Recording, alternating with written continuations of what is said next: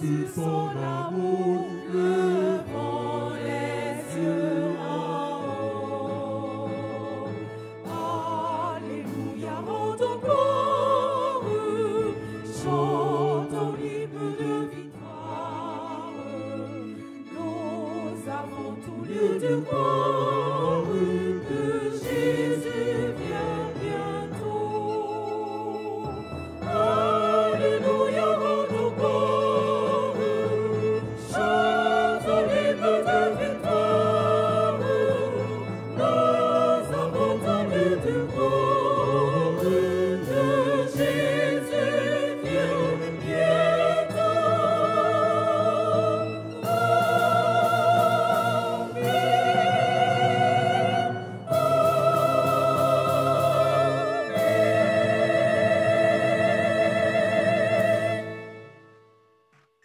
Alléluia.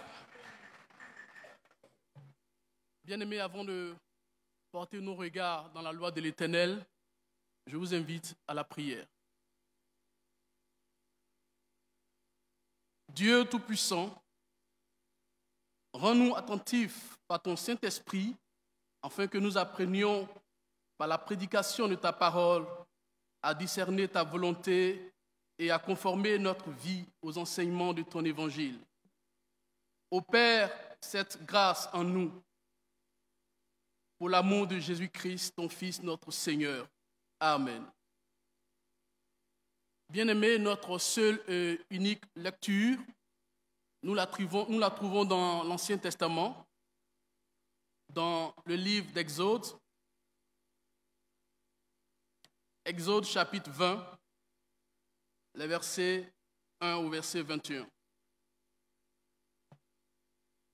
Exode chapitre 20, verset 1 au verset 21. Et nous lisons. Alors Dieu prononça toutes ces paroles en disant: Je suis l'Éternel, ton Dieu, qui te fait sortir du pays d'Égypte, de la maison de servitude. Tu n'auras pas d'autre Dieu devant ma face. Tu ne te feras point d'image taillée, ni de représentation quelconque des choses qui sont en haut dans les cieux, qui sont en bas sur la terre et qui sont dans les eaux plus bas que la terre. Tu ne te prosterneras point devant elles et tu ne les serviras point, car moi, l'Éternel ton Dieu, je suis un Dieu jaloux qui punit l'iniquité des pères sur les enfants jusqu'à la 3e et à la 4e génération de ceux qui me haïssent, et qui fait miséricorde jusqu'à 1000 générations à ceux qui m'aiment et qui gardent mes commandements. Tu ne prendras point le nom de l'Éternel, ton Dieu, en vain, car l'Éternel ne laissera point impuni celui qui prendra son nom en vain. Souviens-toi du jour du repos pour le sanctifier. Tu travailleras 6 jours et tu feras tout ton ouvrage. Mais le 7e jour est le jour du repos de l'Éternel ton Dieu. Tu ne feras aucun ouvrage, ni toi, ni ton fils, ni ta fille, ni ton serviteur, ni ta servante, ni ton bétail, ni l'étranger qui est dans tes portes. Car en 6 jours, l'Éternel a fait les cieux, la terre et la mer, et tout ce qui y est contenu. Et il s'est reposé le 7e jour. C'est pourquoi l'Éternel a béni le jour du repos et l'a sanctifié. Honore ton père et ta mère, afin que tes jours se prolongent dans le pays que l'Éternel, ton Dieu, te donne. Tu ne tueras point. Tu ne commettras point d'adultère. Tu ne déroberas point. Tu ne porteras point de faux témoignages contre ton prochain. Tu ne convoiteras point la maison de ton prochain. Tu ne convoiteras point la femme de ton prochain, ni son serviteur, ni sa servante, ni son bœuf, ni son âne, ni aucune chose qui appartienne à ton prochain. Tout le peuple entendit les coups de tonnerre et le son de la trompette. Il voyait les flammes de la montagne fumante. À ce spectacle, le peuple tremblait et se tenait dans l'éloignement.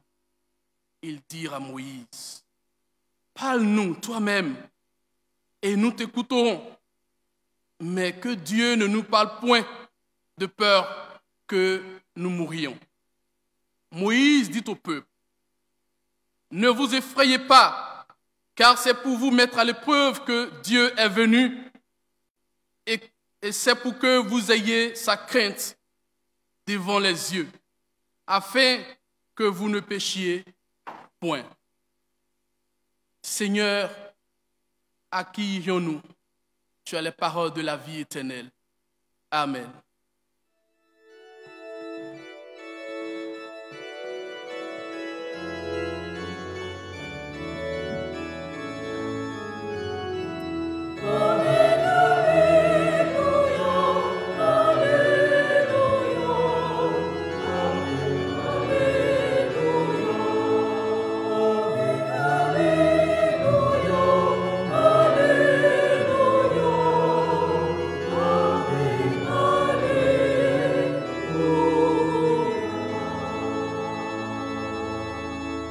Peuple de Dieu, nous chantons avec la chorale le numéro 467 de notre recueil Gloire à Dieu pour nous préparer à recevoir l'enseignement du jour. 467.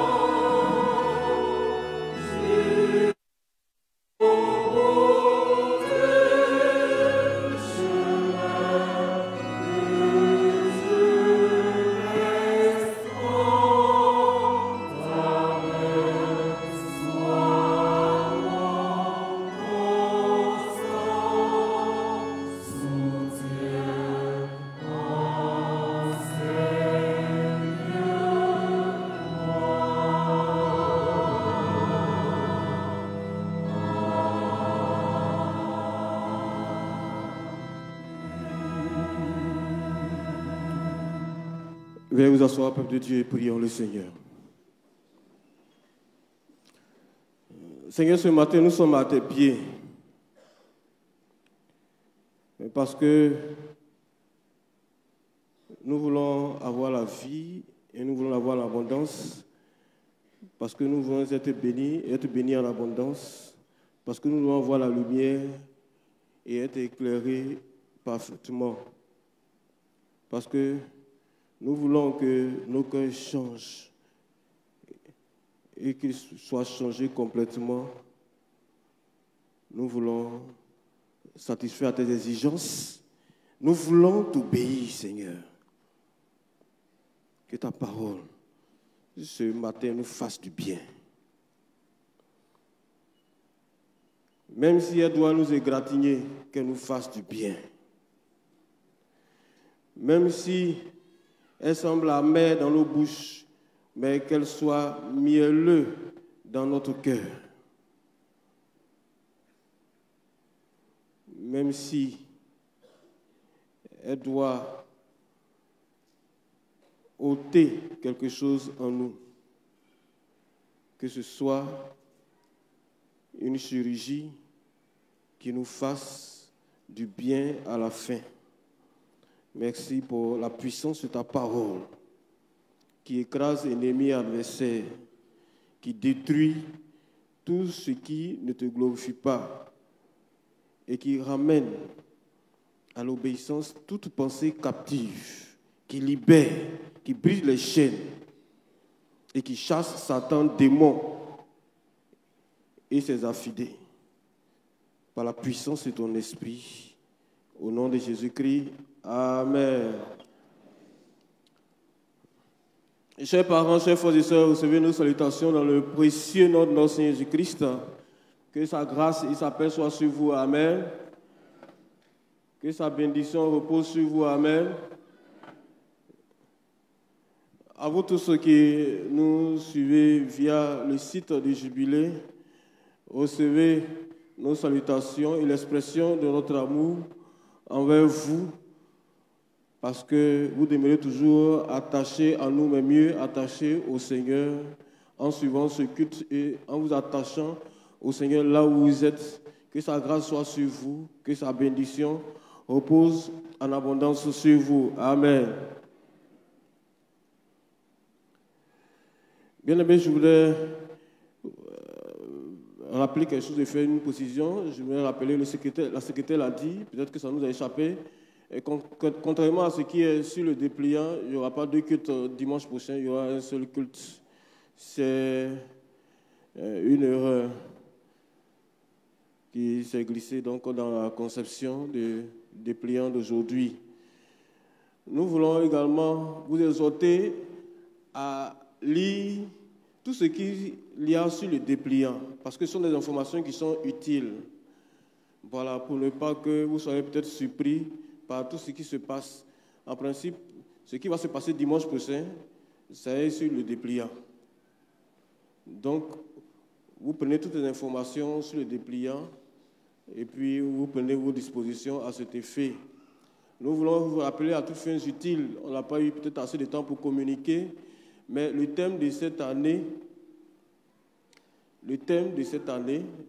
nous voulons aussi vous rappeler qu'il y a le thème de la moisson. Nous voulons vous rappeler également qu'il y a les sous-thèmes. Voilà, il y a les sous-thèmes cette année.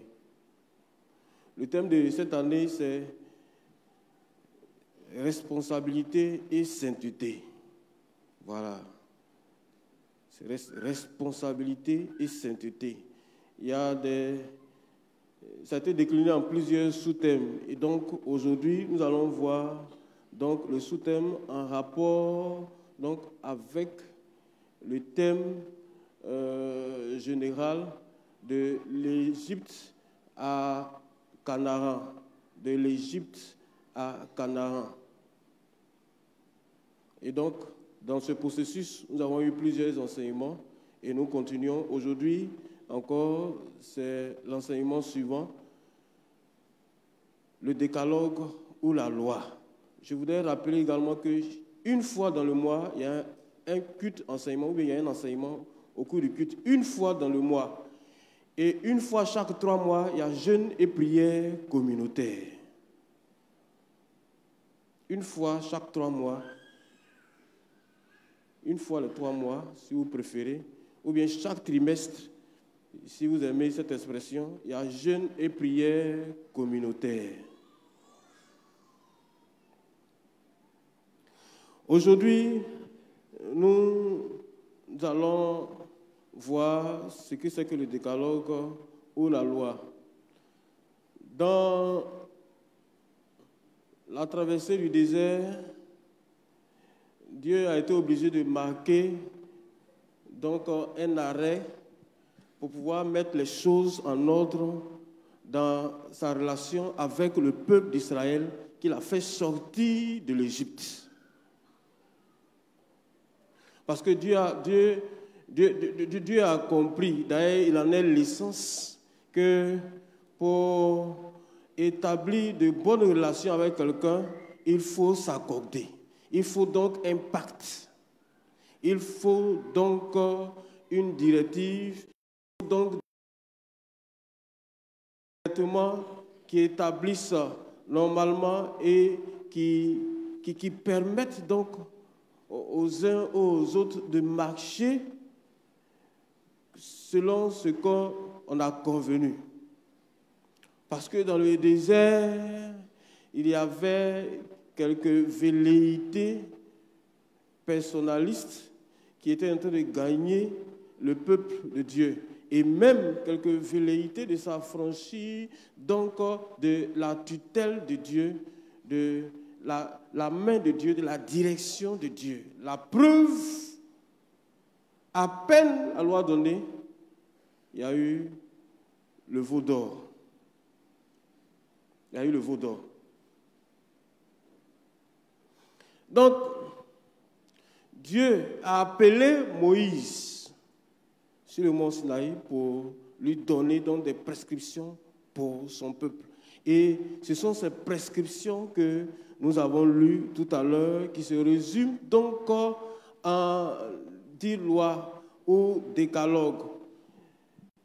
L'expression décalogue ou 10 commandements ou 10 lois est une expression tirée donc du grec en 2 mots, déca qui signifie 10, et puis logos qui signifie parole. Donc c'est 10 paroles de traduction littérale. Le décalogue signifie 10 paroles.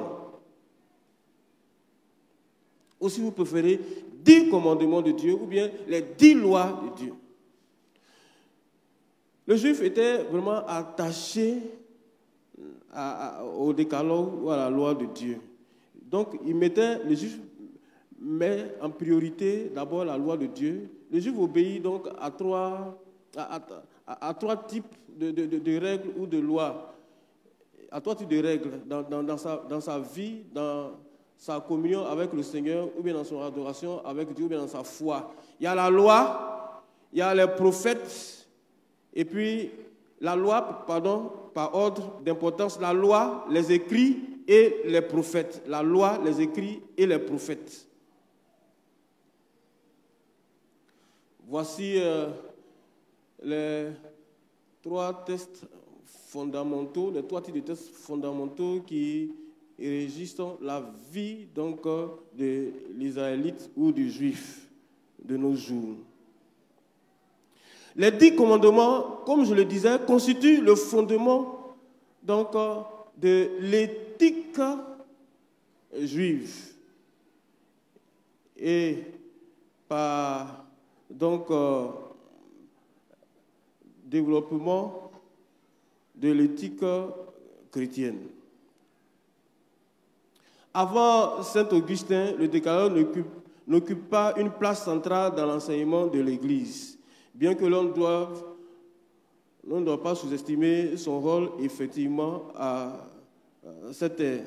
En effet, parmi les écrits qui utilisent le décalogue, on trouve non seulement les œuvres des pères, mais aussi quelques œuvres catéchétiques importantes comme la didaché, la didascalie des 12 apôtres. Ce sont en fait des textes qui ont été donc édictés par nos pères pour amener donc les croyants sur le chemin de la foi. Il y avait 2 textes importants. On appelait didaché.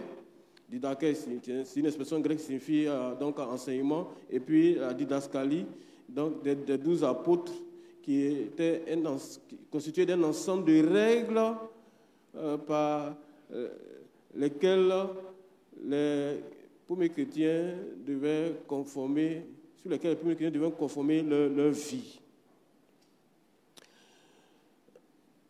La définition de la loi, au sens large, est une disposition normative et abstraite posant une règle juridique d'application obligatoire.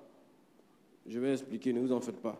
On distingue d'une part les lois constitutionnelles qui définissent les droits fondamentaux, fixent l'organisation du pouvoir public et les rapports entre eux, et les lois organiques qui structurent les institutions de la République et pouvoirs aux fonctions des pouvoirs publics. Et d'autre part, les lois ordinaires. Donc, au sens formel, la loi est une disposition prise par une délibération du Parlement par opposition au règlement qui est émise donc, par l'autorité administrative. Voilà. Donc, quand les parlementaires s'asseyent pour dicter donc, des textes, on appelle loi. Maintenant, quand c'est l'administration, le président de la République, on appelle décret, etc., etc. Donc, le préfet, etc., on peut décliner donc, les lois. Parce que lorsqu'on édicte des lois, quelquefois, souvent de fois, c'est impersonnel et puis c'est général. Ça fait partie donc, du principe, de l'un des principes de la règle, ou de la loi, ou bien de la règle de droit. Donc, il faut des décrets d'application, il faut donc des textes qui détaillent ou bien qui expliquent voilà, ce que le législateur a bien voulu dire, a bien voulu expliquer.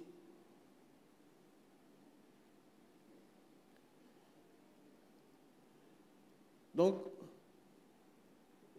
il y a ce qu'on appelle la loi fondamentale qui est la Constitution, et puis ensuite les autres lois qui dérivent donc de cette loi importante qui est la loi fondamentale.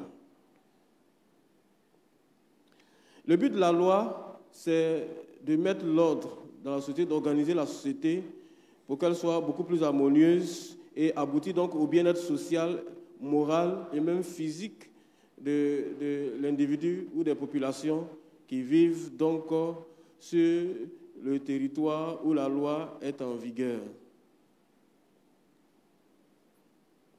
Donc, nous retournons donc au niveau de la chrétienté. Comme je disais tantôt, saint Augustin a donné un élan déterminant au décalogue et a contribué à son enseignement et à sa diffusion généralisée. Ce qui est intéressant dans l'orientation de saint Augustin, c'est le lien qu'il établit entre le décalogue et la vie dans la grâce inaugurée par Christ, à partir de Romains 13, 9 à 10. Saint Augustin présente donc le décalogue comme la synthèse des devoirs inspirés par la charité divine. Donc, saint Augustin, c'est l'un des pères de l'Église. Il a contribué à développer donc, le décalogue pour que les chrétiens intègrent cela. Parce que, entre-temps, il y avait un conflit mal placé entre justement la Torah et puis le Nouveau Testament ou les évangiles. Parce que certains théologiens minimisaient donc la Torah, ou si vous préférez, l'Ancien Testament, donc au profit du Nouveau Testament ou des évangiles.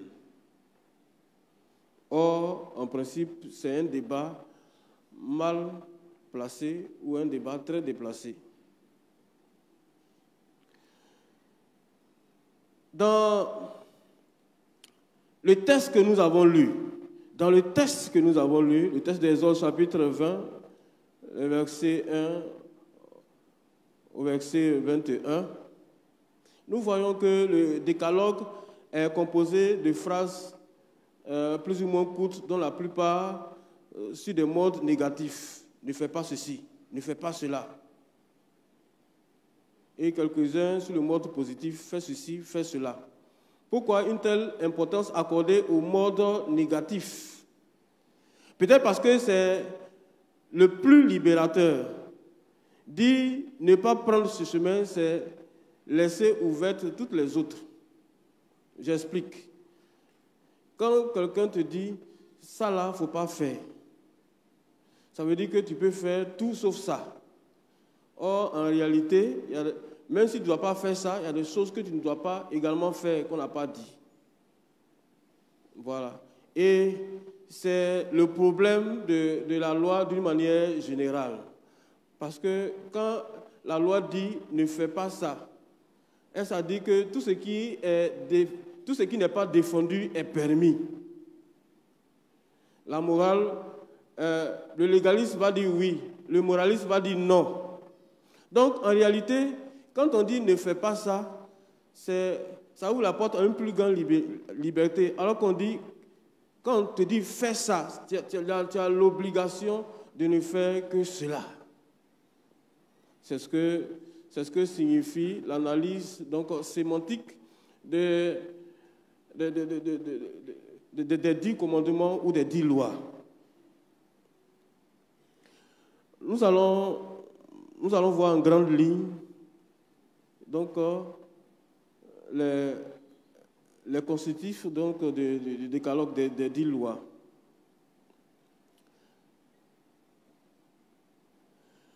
Le commandement 1. Le commandement 1.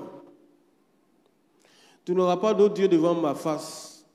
En style donc négatif, c'est une manière de dire tu n'auras qu'un seul Dieu.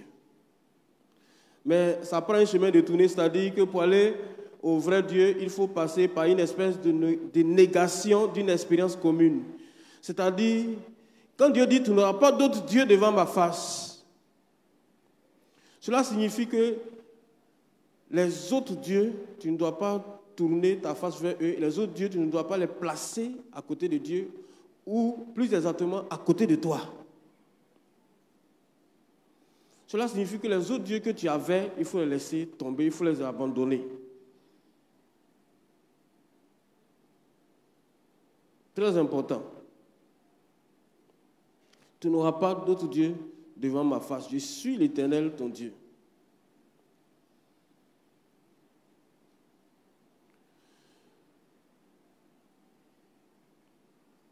Bien-aimés, les idoles, ce n'est pas seulement les statuettes, ce n'est pas seulement des représentations physiques et visibles de divinité.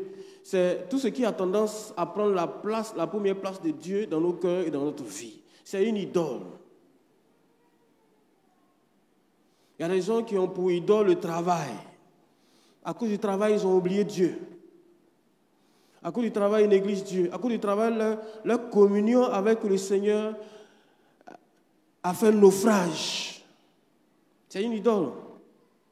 Bien-aimé, si à cause du travail, il faut te séparer de Dieu et te retrouver en enfer, tu es un idolâtre. Il y a des gens, leur idole, c'est l'argent. Il ne faut pas t'amuser avec leur argent. Il y a des gens, leur idole, c'est leur voiture. Si tu as touché leur voiture, même caressé leur voiture, tu as eu affaire à eux. Ils passent tout le temps, leur préoccupation, c'est comment bien cirer leur voiture. Je connais un monsieur, lui, quand il sort, il lave proprement. C'est lui-même qui lave sa voiture, il n'envoie pas sa voiture. Depuis qu'il le connaît, il n'envoie pas sa voiture au lavage, c'est lui-même qui lave ça. Quand il sort, il lave sa voiture. Et quand il revient aussi, c'est sa propre. Gare à un enfant qui va jouer autour de sa voiture. Il est mort dans le film. Donc, on a plusieurs idoles comme ça. Il y a des gens, leur idole, c'est eux-mêmes, leur ego, leur propre moi. Bien-aimé, la Bible dit que tu n'auras pas d'autre Dieu devant ma face. Ça signifie qu'il y a d'autres dieux, ou bien il y a d'autres éléments, il y a d'autres choses, il y a d'autres êtres qui se considèrent bien que nous considérons comme Dieu, que nous devons bannir de notre vie, de notre existence. Le commandement numéro 2, ça concerne le respect du nom de Dieu. Tu ne prononceras pas à tort ou en vain le nom du Seigneur, ton Dieu. Donc, cela attire l'attention sur l'identité du Dieu sauveur. On ne peut pas l'invoquer comme d'autres peuples invoquent leurs faux dieux, leurs idoles vaines. Il faut garder sa transcendance. Bien-aimés, cela nous interpelle à plus d'un titre. le nom de l'Éternel ton Dieu. Les Juifs, ils ne prononçaient pas le nom de l'Éternel ton Dieu. Il avait donné d'autres qualificatifs, d'autres emprunts. Ils ne prononçaient pas le nom Yahvé. Voilà. Ils peuvent prononcer Adonai, etc. Parce qu'en réalité, le nom de Dieu, c'est Yahvé, qui est donc le tétragramme sacré. Donc, ils ont trouvé d'autres substituts pour appeler Dieu. Parce que l'avertissement est très clair. Dieu va tourner sa face contre ceux qui prennent son nom en vain, ceux qui prononcent son nom en vain. Il y a des gens à longueur de journée au nom de Dieu, au nom de Dieu. Même quand ils mentent, ils disent au nom de Dieu. Dans leur mensonge.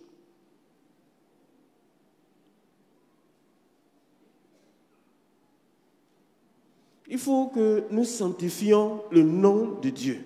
Très important.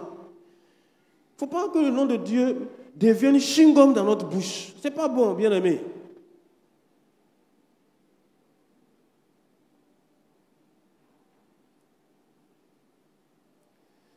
Il y a des gens même qui vont donner, même baptiser certaines activités, certaines choses du nom de Dieu.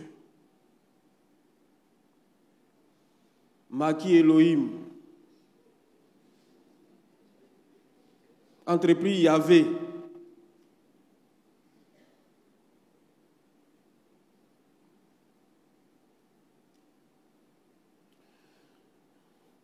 Il y a un collègue qui racontait une histoire et qu'il avait,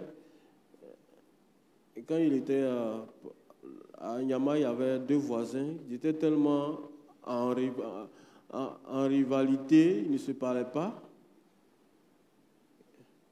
Et un jour, le voisin allé prendre un chien pour garder sa maison et il a donné comme nom à son chien le nom de son voisin.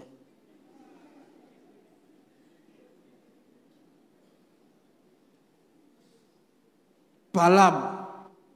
Le jour où le voisin a appelé son chien du nom de son voisin, que son voisin a entendu, Palam, dans le quartier.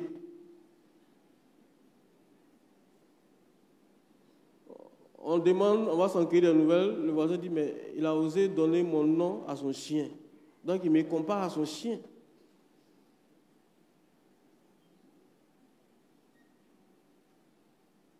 Bien aimés, faisons très attention.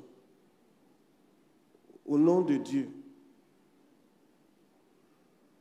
Si vous voyez la réaction d'un homme, si un homme a réagi comme ça, on a donné son nom à un chien, et puis toi, tu as donné le nom de Dieu là à quelque chose. Ça ne te fait pas bizarre, ça ne te fait pas peur.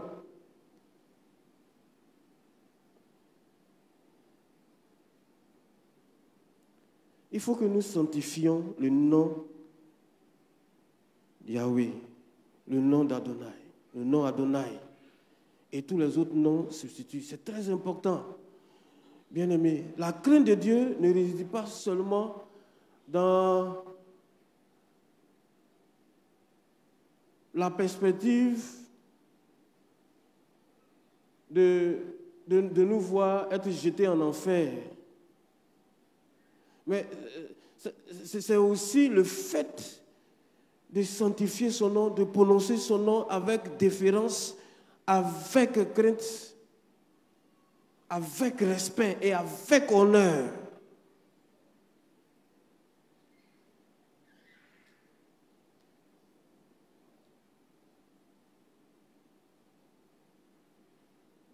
Très important, bien-aimé.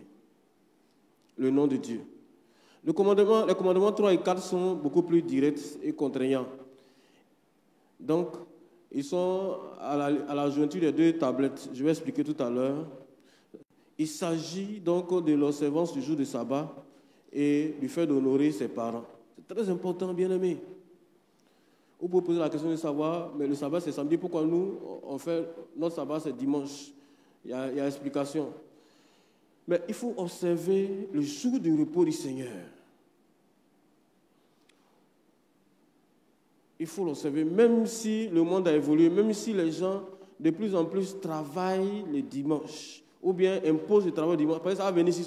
Ce qui a commencé là-bas, ou ce qui a établi là-bas, là, ça va arriver ici. On va travailler les dimanches. Tu ne travailles pas dimanche, tu es renvoyé. Tu vas choisir entre travailler et travailler dimanche, ou bien alors quitter ton église. Donc là-bas, les gens travaillent dimanche. Il faut sanctifier le jour du repos du Seigneur. Très important. Très important. Très important. Il faut que ta priorité pour le dimanche là, ce soit consacré au Seigneur. Il faut que le maximum de la journée de dimanche soit consacré à ta relation avec le Seigneur bien-aimé. Après ici, là, après le culte là, tu es parti où?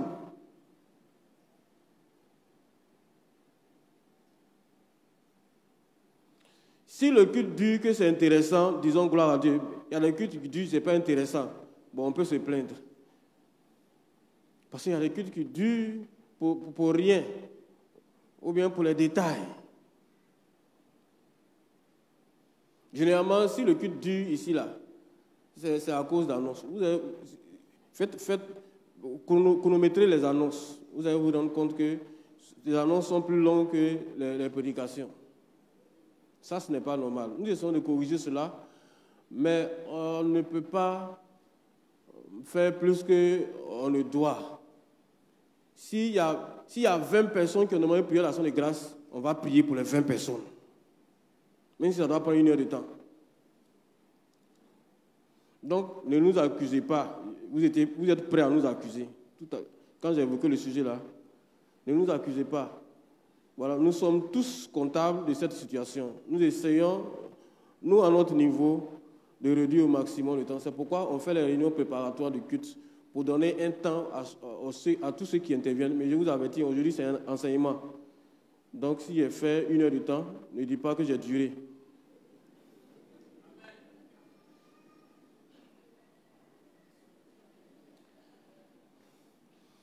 Donc, bien aimé, le dimanche là, c'est essentiellement pour ça, pour adorer le Seigneur. Tu fais programme dans le programme du Seigneur. Tu fais programme dans le rendez-vous du Seigneur. Même un seul jour, tu as 6 jours pour faire tes programmes. Le seul jour que tu dois consacrer à ton Dieu, tu lui arraches une grande partie. Pour toi, il faut venir à l'église 1 heure de temps seulement, et puis les autres là, 23 heures. Là, c'est pour toi seul. En plus des 6-24 heures que tu t'es consacré. Ah, toi aussi. Il faut aimer un peu le Seigneur.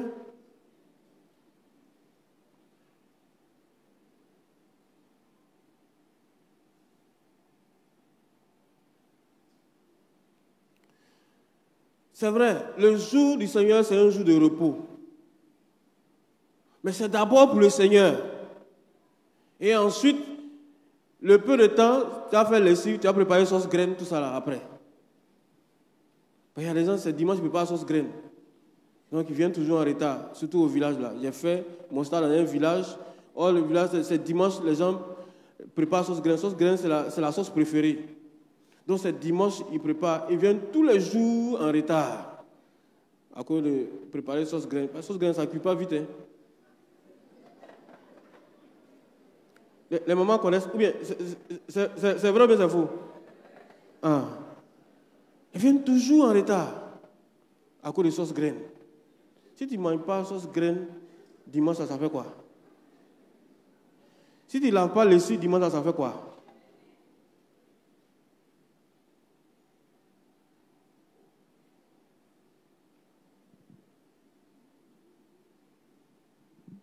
Chez moi, dimanche, on ne mange pas foutu, hein. Ça, je vous avertis, pour ceux qui veulent me rendre visite dimanche, là. Dimanche, on se débrouille. Donc, c'est très important, bien aimé, de consacrer la majeure partie du temps dominical au Seigneur. C'est pourquoi quand vous venez dans la maison de Dieu, réjouissez-vous, soyez dans la joie d'être dans sa présence. Même si le prédicateur raconte n'importe quoi, mais le fait même de vous asseoir dans la maison de Dieu, au pied du Seigneur, déjà ça doit être une source d'apaisement, une source de bénédiction, une source de sanctification, une source de joie, une source de bonheur, une source de sécurité, une source de grâce. Vous devez rendre grâce à Dieu d'être dans la maison, dans sa maison, dans son sanctuaire. Je vous assure, je rends souvent visite au papa et aux mamans qui ne peuvent plus se déplacer pour venir à l'église. Combien de fois les papas et les mamans pleurent parce que l'église leur manque, le temple leur manque. Ils ne peuvent pas se déplacer pour venir ici les dimanches. Combien de fois le temple de Dieu leur manque? Jusqu'à d'autres même sont énervés. À cause du handicap, à cause de la vieillesse, à cause de la maladie. Toi, tu as la chance d'être ici, d'avoir des pieds, des mains, etc., de venir dans la maison de Dieu. Et puis tu es pressé de sortir, on dirait WC public. C'est dans le WC public qu'on est pressé de sortir. Quand on est pressé de rentrer, puis on est pressé de sortir.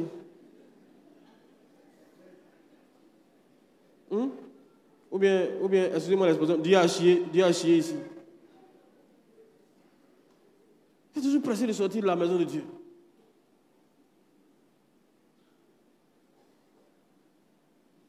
Dis à quelqu'un, il faut changer. Il faut bien t'asseoir dans la maison de Dieu. Il faut même envoyer ta natte, tu vas te coucher dans la maison de Dieu.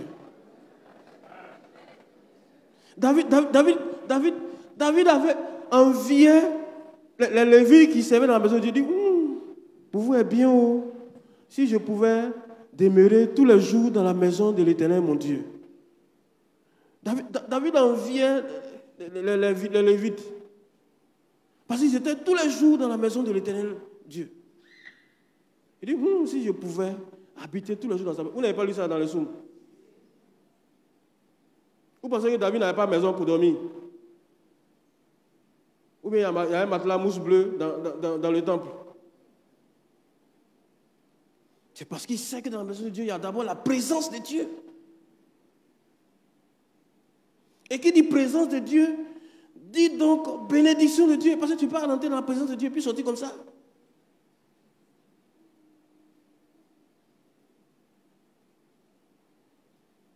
Le jour du Seigneur.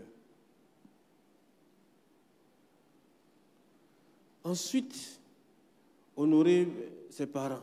Ça, c'est très important. Je vais m'arrêter là pour faire une précision. Au niveau donc, du décalogue, au niveau des 10 paroles de Dieu ou bien des 10 commandements de Dieu, il y a une césure, il y a une division généralement opérée. Il y a d'autres théologiens qui voient trois parties. Mais moi, personnellement, je vois 2 parties. La première partie, donc, elle établit donc la relation entre l'homme et puis Dieu. Donc, elle est verticale. Donc, c'est les 4 premiers commandements.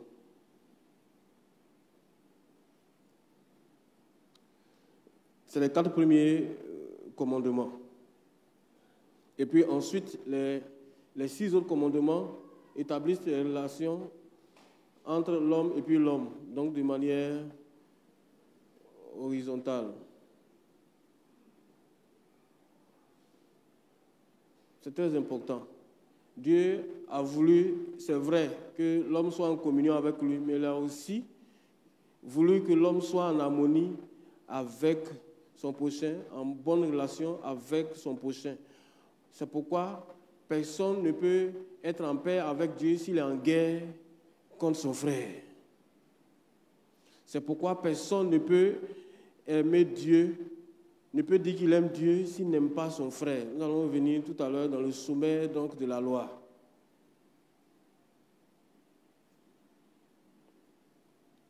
Donc, les autres commandements, le 6e commandement jusqu'au 10e commandement, donc, je ne vais pas détailler, hein, assurez-vous, je ne vais pas détailler.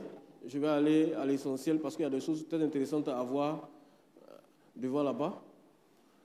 Donc, établissent donc des rapports harmonieux entre l'homme entre l'homme et son prochain, parce que Dieu veut que les hommes vivent en paix entre eux. Dieu veut que les hommes puissent véritablement bâtir une société de paix, d'harmonie et d'épanouissement. Donc c'est pour cela que si vous avez fait attention, les autres commandements sont brefs. Dieu ne détaille pas, à part quelques commandements, pas peut-être le dernier où il a détaillé les différentes sortes de convoitises ce détail ne reste pas explicite. C'est très important, Dieu tient à ça. Pour rappel, c'est Dieu lui-même qui a écrit, voilà, sur les tablettes. Ce n'est pas Moïse lui-même, c'est Dieu lui-même qui a écrit sur les tablettes.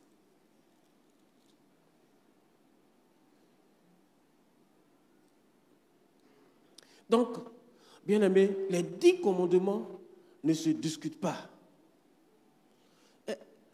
Donc, cela s'impose, ou doit s'imposer aux chrétiens que nous sommes. Donc, en principe, le peuple d'Israël accepte le pouvoir du Seigneur sur lui, au travers donc, des 10 commandements. Cette relation est d'ailleurs fondée sur les ordres où le peuple a expérimenté la bonté et la puissance de Dieu. C'est moi le Seigneur ton Dieu qui t'a fait sortir du pays d'Égypte, la maison de servitude.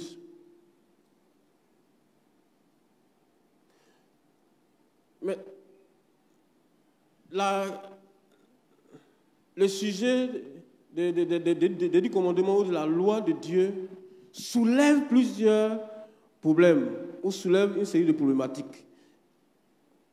Pour nous, pour l'humanité entière, depuis son développement, mais pour nous personnellement, nous qui sommes là aujourd'hui en tant qu'héritiers donc de cette loi de Dieu. Alors, on se pose la question de savoir entre le pacte social ou le pacte divin, qu'est-ce qu'il faut choisir? Entre le pacte social ou le pacte divin, qu'est-ce qu'il faut choisir? Je vais rappeler que la loi, en réalité, c'est un pacte social. Le droit positif, c'est un pacte social. Voilà. Ouvrir rapidement donc une parenthèse pour dire que quand les députés s'asseyent dans l'hémicycle pour voter des lois, c'est vous et nous qui leur avons donné pouvoir pour faire ça. Voilà, ce sont nos représentants. C'est pourquoi, s'ils font des choses qui ne vous plaisent pas, à la prochaine législature, ne les votez pas. Parce que, peut-être vous ne prenez pas, vous ne pouvez pas conscience, mais quand ils s'assoient là-bas et puis ils font des choses, au lieu de vous plaindre, de marcher, de casser tout, attendez-les après le tournant. Après les 5 ans, ils vont venir vers vous encore. Posez la question, loi que tu t'es assis là-bas pour aller voter là. Tu penses que c'est bon? Voici ta sanction. Maintenant, si vous pensez que c'est bon, votez-les encore. On ne doit pas faire palabre pour ça. Sous les tropiques là, il y a des choses qu'on n'a pas compris. Là-bas, au-dessus des tropiques, si tu fais des choses qui ne te plaisent pas, les gens t'attendent. Tu vas venir vers eux encore pour dire votez-moi, votez-moi. C'est là.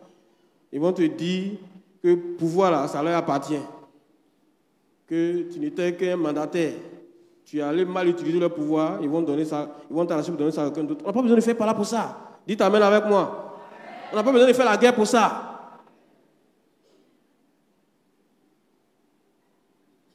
Donc, c'est un pacte. C'est un pacte social. Ça c'est là-bas, ils prennent des lois et puis ils votent. Ils votent en notre nom et puis on est d'accord. C'est pourquoi la loi s'impose à nous. Même si tu es d'accord, tu n'es pas d'accord, ça s'impose à toi. Parce que tu as donné le mandat à quelqu'un d'aller faire ça pour toi, en ton nom. Parce que on ne peut pas tous 25 millions de personnes ne peuvent pas se retrouver dans l'hémicycle. Voilà, ce n'est pas la démocratie directe comme au temps grec.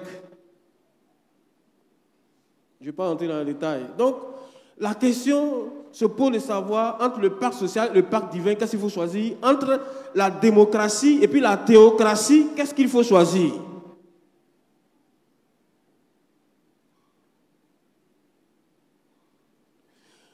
Nous posons la question parce que c'est une question évidente et c'est une question importante. Nous sommes des chrétiens, nous sommes gouvernés par la loi de Dieu, mais nous sommes aussi gouvernés par le droit positif, c'est-à-dire la loi donc, des hommes ou la loi qui régit la société. Nous sommes participants donc de la citoyenneté des peuples, etc., etc. Qu'est-ce qu'il faut faire? La question se pose surtout lorsque les deux situations sont en conflit ou sont en contradiction ou en opposition. Si le pacte social vient en contradiction ou en opposition au pacte divin, qu'est-ce qu'il faut faire? Qu'est-ce qu'il faut choisir? Faut-il appeler donc la théocratie ou faire l'apologie de la démocratie? J'explique, en commençant par les définitions. L'expression démocratie, qui vient du grec ancien, démocratia, une combinaison de démos, qui signifie territoire, et puis kratos, qui signifie pouvoir, puissance, ou bien commandement, ou bien autorité.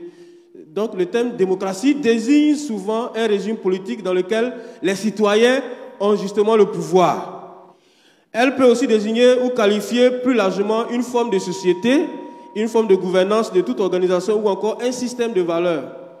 Selon la célèbre formule d'Abraham Lincoln, le 16e président des États-Unis, il a dit la démocratie, c'est le gouvernement du peuple, par le peuple et pour le peuple. C'est cette formule-là qui a été retenue donc, dans toutes les écoles polytechniques, en passant donc par la faculté de droit.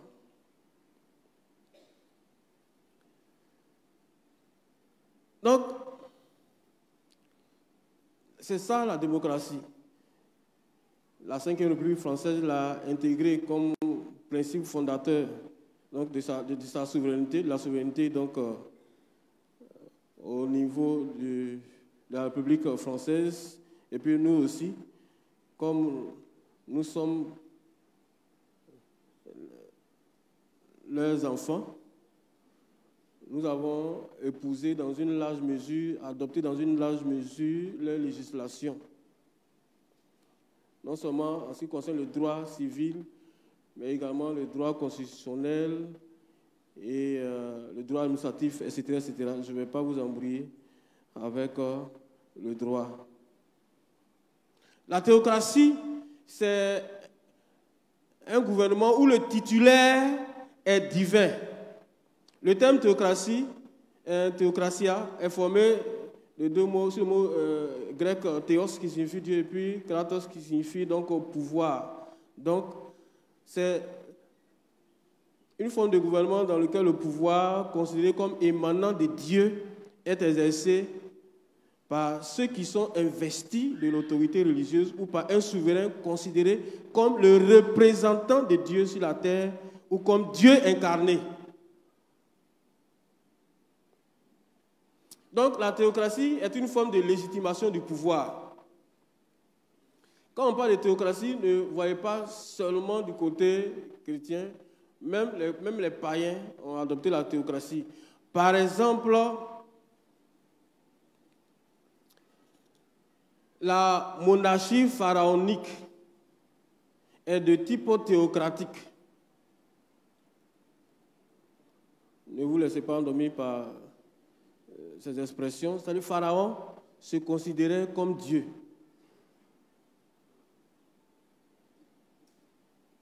Voilà. Ou à tout le moins comme un fils de Dieu. Donc on l'adorait en tant que tel. Il était immortel. Et pourtant, ils sont tous morts.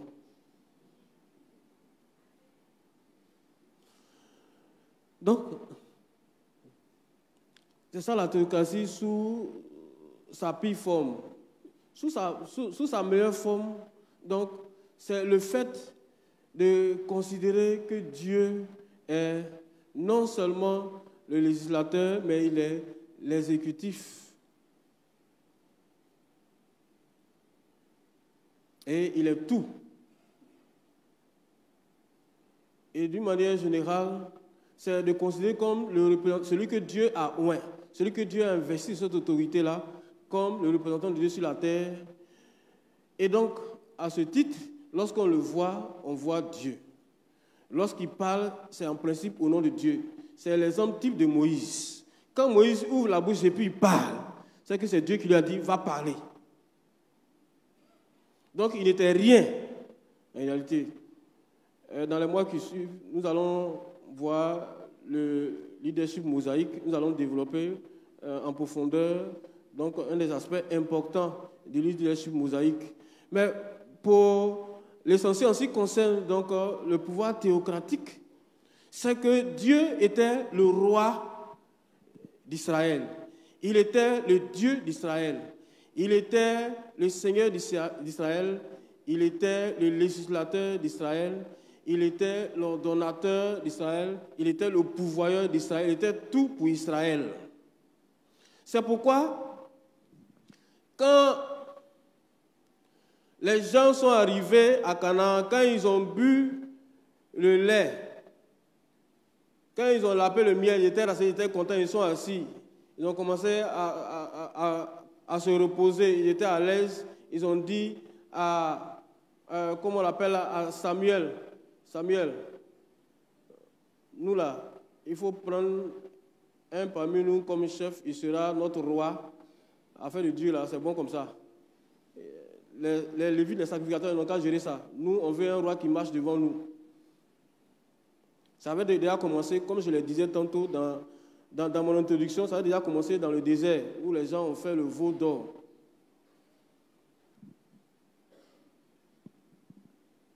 Donc,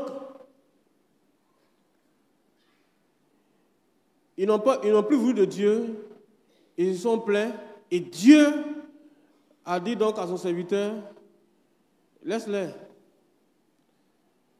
C'est pas de toi qu'il s'agit, c'est de moi. Il ne veut plus que je sois leur roi, il ne veut plus que je sois leur Dieu, il ne veut plus que je marche devant d'eux. Ils veulent un homme physique, ils veulent un être humain.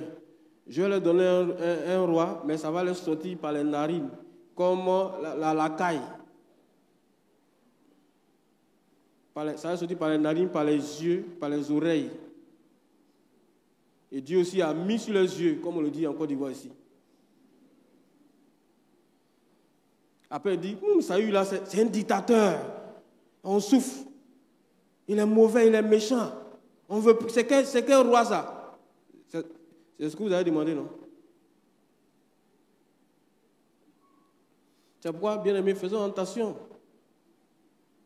Faisons attention. Quand on va aux élections, faisons attention. Quand on va aux élections, je parle d'une manière générale, je ne parle pas des élections au niveau de la nation, je parle même des élections dans l'Église. Mais je parle des deux en même temps. Voilà.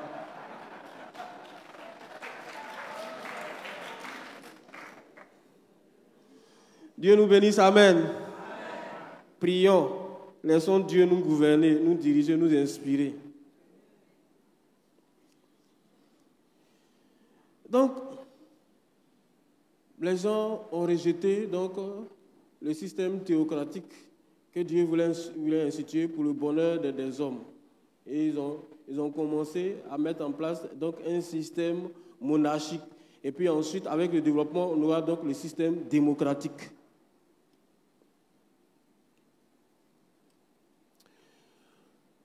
Dans le développement de l'Église, Il y a quelqu'un, nous allons marquer un arrêt sur quelqu'un qui a instauré, sinon réinstauré, donc, un semblant de système théocratique. Il s'agit donc de Constantin. Constantin, donc, qui a fait de son empire, donc, une chrétienté. Constantin, c'est un roi du IVe siècle qui a institué le christianisme comme religion d'État, parce qu'il avait intérêt, justement. En fait, ses intérêts inavoués, c'était de se couvrir donc du manteau divin, c'est-à-dire Constantin voulait que les gens le prennent pour le représentant de Dieu sur la terre. Mais il a fait de bonnes choses, hein. Il a fait de très bonnes choses. Il a établi la liberté du culte. Il a supprimé donc le culte d'adoration du Dieu soleil. Le Dieu soleil qu'on adorait dans l'Empire romain le dimanche. Constantin a supprimé ça et donc il a institué à la place donc, le culte dominical. Il a aussi supprimé donc, comment on l'appelle là, l'adoration du Dieu païen le jour de la nativité par donc, la fête de Noël le 25 décembre. Il y a des gens qui disent, est-ce que Jésus est né le 25 décembre? Voici l'histoire. Voilà.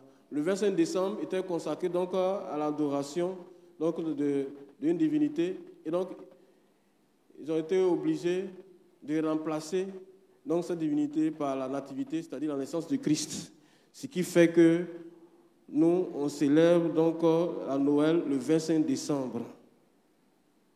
C'était pour dissuader donc, les païens, pour remplacer donc, cette fête païenne en fête chrétienne, la nativité. Donc, Constantin aussi a fait édicter ce qu'on a appelé le concile de Nicée, qui a permis d'asseoir donc, les principes fondamentaux de la foi chrétienne. Et nous récitons une partie dans le symbole des apôtres qui est en fait une fusion du concile de Nicée et de plusieurs autres conciles.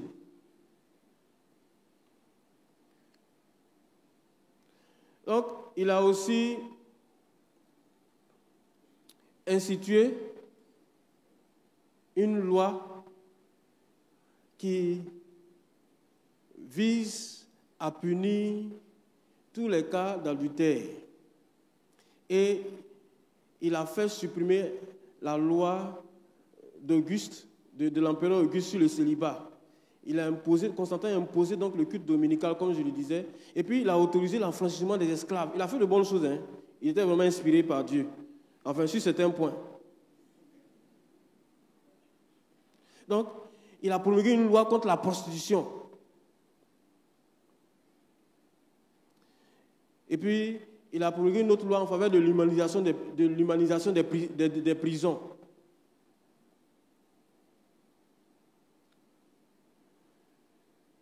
Donc, il a aussi, comme je le disais, institué les lois sur le mariage qu'on appelle la bénédiction nuptiale.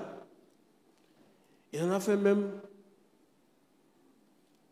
plus tard, avec le prolongement, donc la chrétienté, une partie de la chrétienté en a fait un sacrement, bien sûr. Je parle de l'Église romaine. Bien aimé, Constantin a fait beaucoup de choses, mais il a surtout imposé le christianisme à son empire, de sorte que très rapidement le christianisme s'est développé. Constantin, c'est lui qui a créé même sa propre ville qu'on appelle Constantinople, c'est-à-dire Istanbul, la Turquie de maintenant là. C'était l'épicentre donc de la chrétienté au temps de Constantin. Voilà, la Turquie, l'Irak, etc., etc.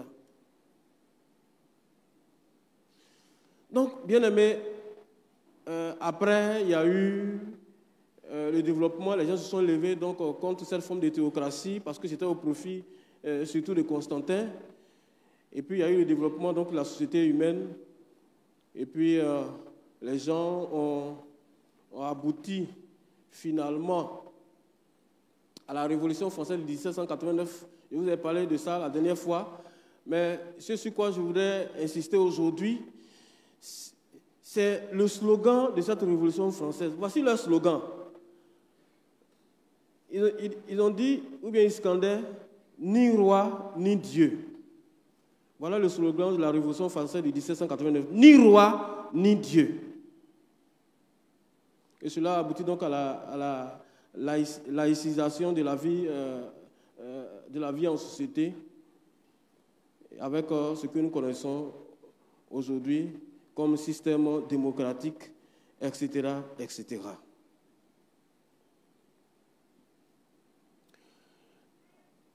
Une des problématiques que pose donc la loi, c'est la mise en rapport ou en confrontation donc de Moïse et de Christ.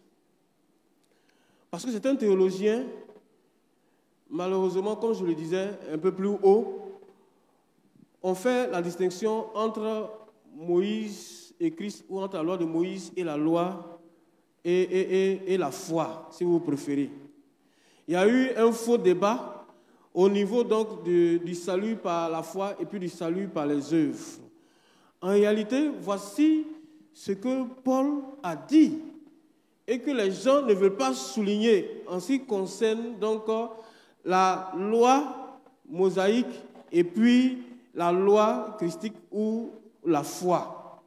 Parce qu'avec Christ, donc, c'était une autre dimension de la loi. Justement, quand Christ est venu, il dit, tu aimeras Dieu de tout ton cœur, de toute ton âme, de ta pensée, de toute ta force, et tu aimeras ton prochain comme toi-même. Voilà la loi. Donc, Christ a résumé la loi. Moïse, donc, a donné dans les détails. Et même les Juifs ont amplifié dans les détails de cette loi-là. Mais, en fin de compte, Christ a résumé les lois par l'amour. Tu aimeras Dieu, tu aimeras ton prochain. En quoi donc consiste l'amour de Dieu, l'amour de son prochain? C'est obéir à la loi de Dieu, ramener beaucoup plus en haut dans le décalogue. Parce que celui qui aime Dieu, il va sanctifier le jour du sabbat. Celui qui aime son prochain, il ne va pas convoiter sa femme, il ne va pas le tuer, il ne va pas voler son prochain. Donc c'est la même chose. Il n'y a pas un principe de conflit entre Moïse et Christ, entre la loi, entre le décalogue et puis la foi. Il n'y a pas de conflit. D'ailleurs, Paul a dit dans Romains chapitre 7 que la loi est bonne, elle est spirituelle. Voilà, la loi est bonne, elle est spirituelle, mais c'est moi-même qui suis mauvais, je suis vendu au péché. Et puis Christ a dit dans Matthieu 5 qu'il n'est pas venu pour abolir la loi, il est venu pour l'accomplir. Alléluia. C'est pour cela que ceux qui font le distinguo entre l'Ancien Testament et le Nouveau Testament, qui considèrent beaucoup plus le Nouveau Testament au détriment de l'Ancien Testament, ils sont perdus. Parce qu'en réalité, le Nouveau Testament est la confirmation de l'Ancien Testament.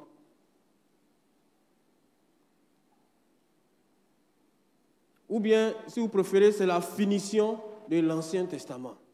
Ou la concrétisation de l'Ancien Testament.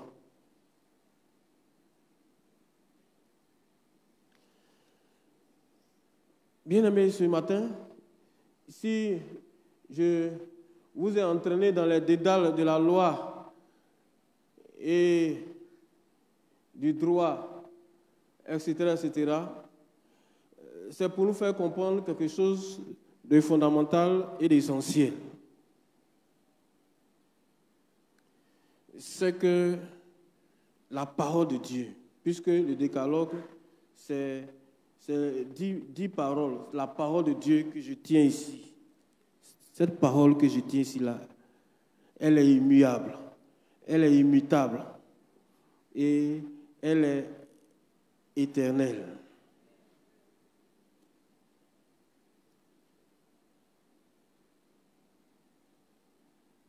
Il faut que nous appliquions notre cœur à observer toute la loi. La Bible donc, est l'ensemble de la loi de Dieu, parce que c'est l'ensemble de la parole de Dieu. Amen. Il ne faut pas prendre une partie pour laisser une partie. C'est ce qu'on appelle l'esprit sectaire. Il y a des gens qui prennent une partie de la Bible et puis laissent une partie. La partie qui les arrange, ils prennent ça. La partie qui ne les arrange pas, ils laissent ça. Il y a des gens qui disent par exemple, Seigneur, j'ai observé tous tes commandements, sauf tu ne voleras pas. Donc j'ai 9 sur 10, je suis admissible au paradis. Quelqu'un qui a 9 sur 10, il passe.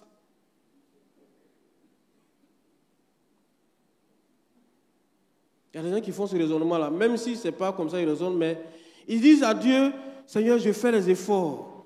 Seigneur, je fais tout sauf. C'est ce sauf-là qui est dangereux pour toi et qui risque de te créer d'énormes problèmes. Bien-aimé, la Bible dit que celui qui obéit à tous les commandements et qui viole lui seul a violé tous les autres commandements. Nous devons donc demander à Dieu de nous donner la grâce d'observer toute la loi, tout son commandement, parce que ces commandements ne sont en principe pas pénibles. Qu'est-ce qui est difficile dans « honore ton père et ta mère » ? Qu'est-ce qui est difficile dans « il ne faut pas commettre adultère » ? Qu'est-ce qui est difficile dans « tu ne tueras point » ? Qu'est-ce qui est difficile dans « observe le jour de repos du Seigneur pour le sanctifier » ? Qu'est-ce qui est difficile dans « il ne faut pas prononcer le nom de l'Éternel ton Dieu en vain » ? Qu'est-ce qui est difficile dedans ? Qu'est-ce qui est difficile ? Qu'est-ce qui est compliqué ? Nous ne laissons pas Satan nous distraire, nous ne laissons pas le monde nous détourner de cette parole merveilleuse, douce et intéressante. David a dit, ta parole est douce à mon palais comme le miel. Alléluia. Ça c'est le bon miel qui vient du ciel. C'est pourquoi il faut prendre plaisir à la méditer. Non seulement pour réussir dans sa vie, mais pour être en communion et en harmonie avec Dieu et avec ton prochain. Qu'est-ce que tu fais de la loi de Dieu, bien-aimé? C'est à cela que nous voulons aboutir ce matin. Qu'est-ce que tu fais de la parole de Dieu? Qu'est-ce que tu fais des commandements de Dieu? Qu'est-ce que tu fais de la Bible? Qu'est-ce que tu en fais? Je vais terminer par un témoignage.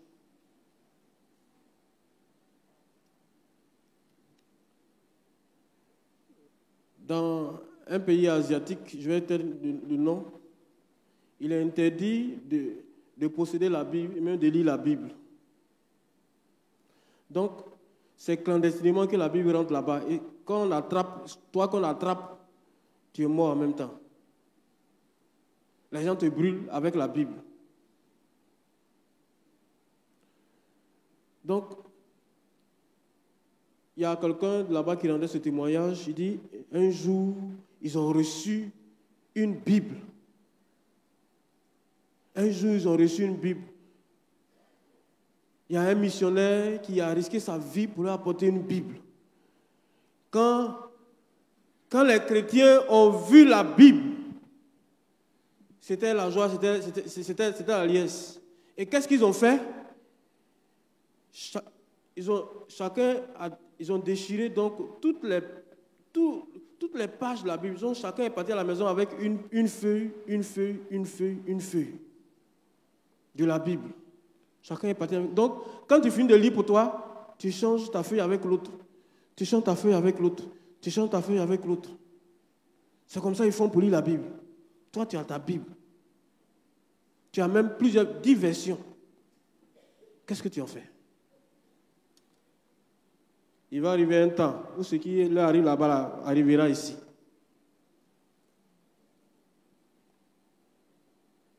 Et je prie qu'en entendant ce temps, tu puisses maîtriser ta Bible, la voir dans ton cœur.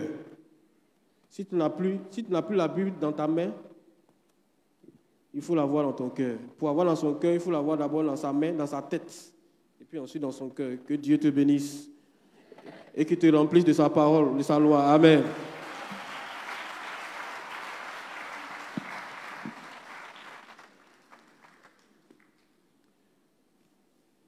baisser la tête et méditer ces paroles.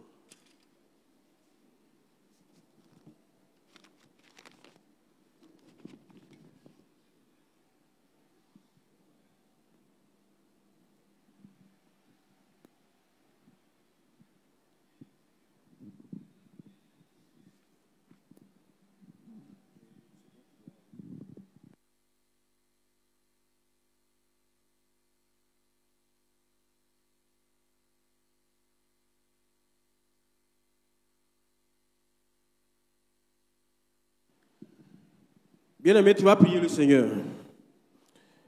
Tu vas prier le Seigneur. Nous sommes à un moment d'enseignement, c'est un moment particulier. Je ne sais pas quelle est ta position vis-à-vis de la loi de Dieu, de la parole de Dieu d'une manière générale. Je ne sais pas si la Bible t'énerve. Je ne sais pas quand on parle, quand on lit la Bible, je ne sais pas si tu es énervé ou bien si tu n'es pas contente. Je ne sais même pas même si tu as en horreur la Bible. Je ne sais pas si la Bible t'effraie. De sorte qu'à la maison, la Bible est quelque part dans un endroit poussiéreux ou même au grenier. Je ne sais pas si ta Bible, s'il y a longtemps tu as ouvert ta Bible. Quelle est ta disposition vis-à-vis de la Bible, vis-à-vis de la parole de Dieu? Est-ce que tu aimes la Bible? Est-ce que tu aimes la parole de Dieu? Est-ce que tu t'attaches à la Bible? Est-ce que si tu n'as pas mis la Bible là, tu n'es pas à l'aise? C'est comme si quelque chose te manque. Est-ce que tu as cette impression-là? Ou bien est-ce que tu es à l'aise quand tu ne lis pas la Bible? Est-ce que tu es à l'aise matin quand tu te lèves, tu te sapes bien, puis tu vas au travail, et puis tu reviens, tu manges bien, et puis tu dors? La Bible ne te dit rien. La loi de Dieu ne te dit rien. Tout ce que tu as à faire, c'est de dire, Dieu donne-moi ça, Dieu donne-moi ceci, Dieu fait ceci, Dieu fait cela pour moi. Est-ce que tu t'es une fois assis pour dire, Dieu, qu'est-ce que tu veux que je fasse? Quelle est ta volonté pour moi? Quelle est ta loi pour moi? Bien-aimé, ce sont des signes qui ne trompent pas. Regarde ton niveau de foi. Voici tes signes, les signes indicateurs de ton niveau de foi, de ta communion avec le Seigneur. Est-ce que quand tu viens à l'église, tu es content? Ou bien tu viens parce que, bon, si on ne te voit pas, on te pose une question, tu étais où? Ou bien si tu ne viens pas, on va te punir. Ou bien si tu ne viens pas, on va dire que tu as rétrogradé. Est-ce que tu viens à l'église pour les autres? Ou bien tu viens à l'église parce que tu vas rencontrer le Seigneur? Ou bien tu vas dans la maison du Seigneur comme les gens sont contents, ils sont fiers quand ils vont au palais présidentiel? Est-ce que tu es content quand tu viens ici, dans le palais de l'Éternel, ton Dieu? Ou bien tu n'es pas content, ou bien tu es énervé? Est-ce que tu es pressé de quitter ici? Ou bien tu veux vraiment demeurer dans la communion, dans la présence de Dieu? Bien-aimé, prie le Seigneur. Prie le Seigneur pour toi-même. Prie le Seigneur pour toi-même. Prie le Seigneur pour toi-même. Regarde ton état spirituel vis-à-vis de la loi de Dieu, vis-à-vis de la parole de Dieu.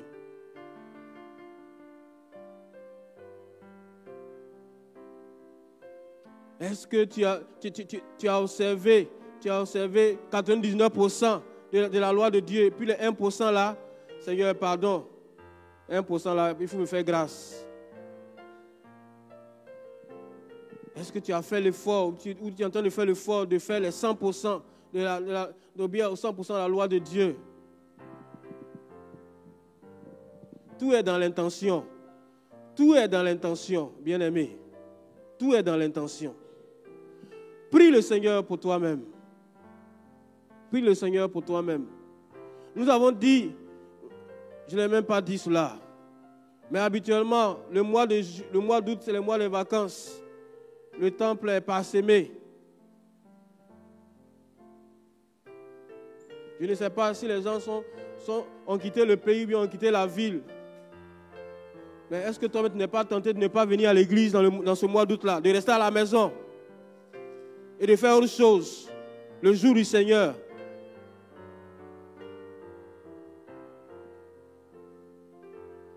Est-ce que tu n'es pas tenté de prendre congé dans ton adoration avec Dieu, dans ta communion avec Dieu? Bien-aimé, prie le Seigneur. Demande au Seigneur de t'aider. Demande au Seigneur de changer tout ce qui doit être changé. Demande au Seigneur de t'aider à t'attacher à sa parole, à sa loi. Bien-aimé, c'est très important.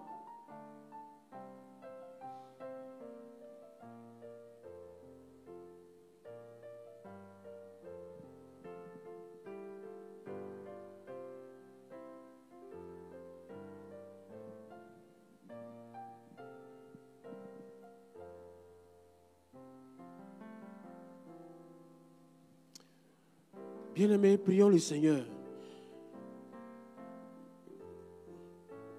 Aujourd'hui, on va prier pour quelqu'un. C'est toi-même qui vas prier pour toi-même. Tu vas prier pour ta communion avec le Seigneur. Bien-aimé, prie le Seigneur. Quelquefois, tu es en conflit ou tu mets en conflit la loi de Dieu avec tes propres lois.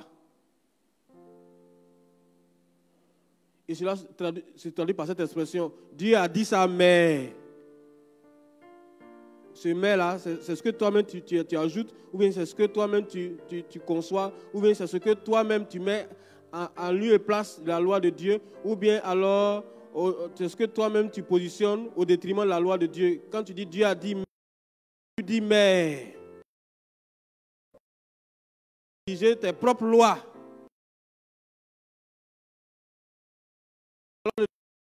Pour concurrencer la loi de Dieu. Bien-aimé, prie le Seigneur pour toi-même, je t'en supplie. Prie le Seigneur pour toi-même. Prie également le Seigneur pour toi lorsque la loi de Dieu rentre en conflit avec la loi des hommes, la loi des hommes rentre en conflit avec la loi de Dieu. Qu'est-ce qu'il vous fait? Qu'est-ce qu'il faut choisir? Bien-aimé, nous ne l'avons pas dit, mais c'était sous-entendu. Mieux vaut obéir à Dieu qu'aux hommes.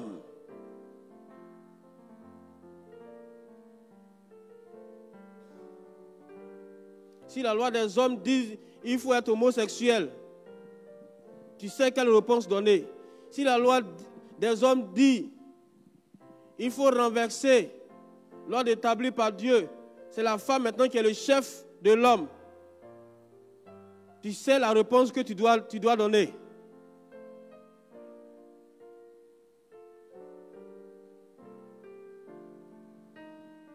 Si la loi de Dieu dit il faut observer le jour de repos du Seigneur pour le sanctifier, et les hommes disent il faut venir travailler dimanche, tu sais quelle réponse tu as donné? Bien-aimé, quelquefois, Satan nous met devant un dilemme, un piège.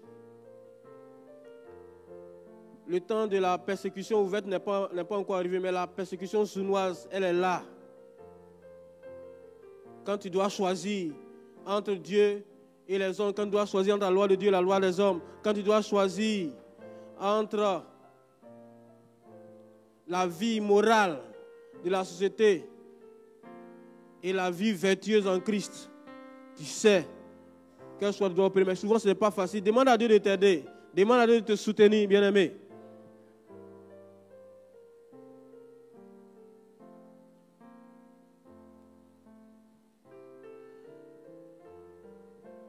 Bien-aimé, tu vas prier également. Tu vas prier pour ton église. Demander à Dieu d'aider l'église à ne pas édicter des règles qui sont contre sa volonté. Parce que quelquefois, cela est possible. Il y a des décisions, il y a des tests que l'église peut prendre qui sont en contradiction avec sa parole. N'y a-t-il pas des églises qui ont autorisé le mariage homosexuel, qui ont légalisé cela?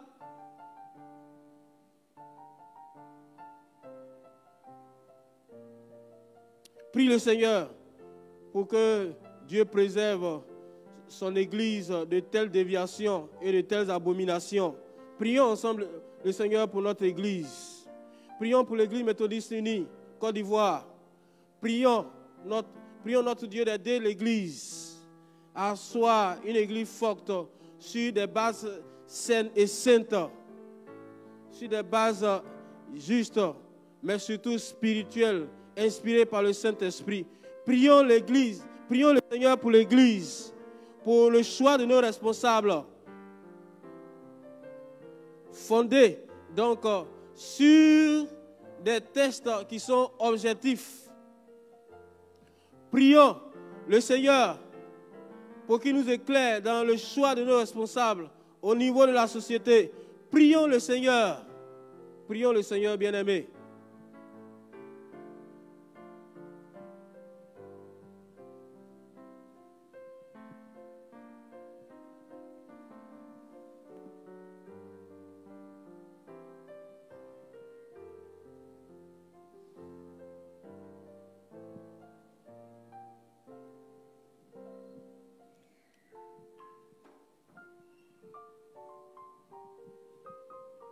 Bien-aimé, prie le Seigneur pour que ton cœur s'attache à la parole de Dieu, à la loi de Dieu, tous les jours de ta vie. Prie le Seigneur pour que les commandements de Dieu ne soient pas pour toi un épouvantail, ne soient pas pour toi un poids énorme, ne soient pas pour toi pupette. Prie le Seigneur, bien-aimé. Demande à Dieu de t'aider à marcher selon sa parole.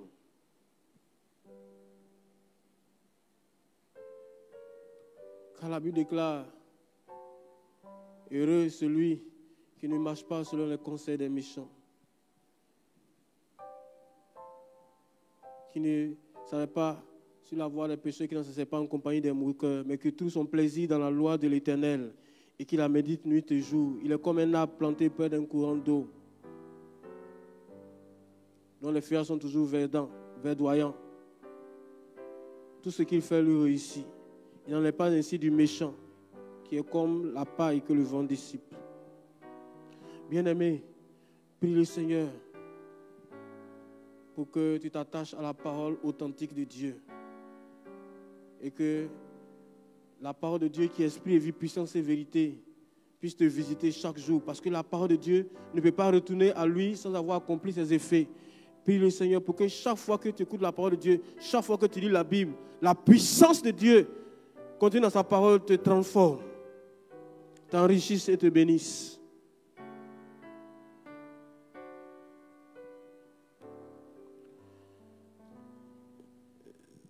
Seigneur, nous te disons infiniment merci pour ta parole. Seigneur, instruis-nous toujours sur l'importance de ta parole. Parce que le monde passera, nous nous passerons, mais ta parole ne passera jamais. C'est la norme des normes.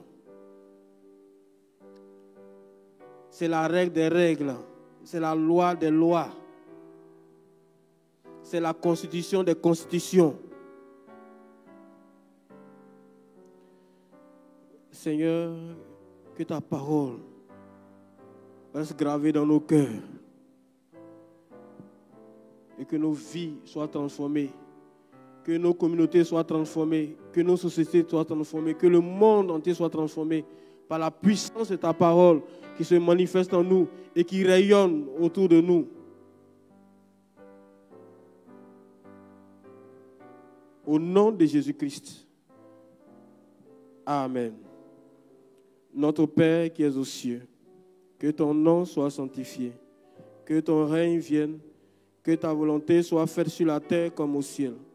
Donne-nous aujourd'hui notre pain de ce jour. Pardonne-nous nos offenses, comme nous pardonnons aussi à ceux qui nous ont offensés. Et ne nous soumets pas à la tentation, mais délivre-nous du malin.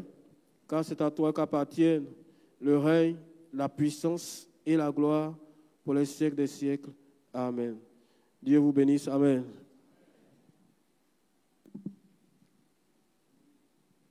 Gloire à Jésus. C'est le moment des offrandes apportées à l'Église.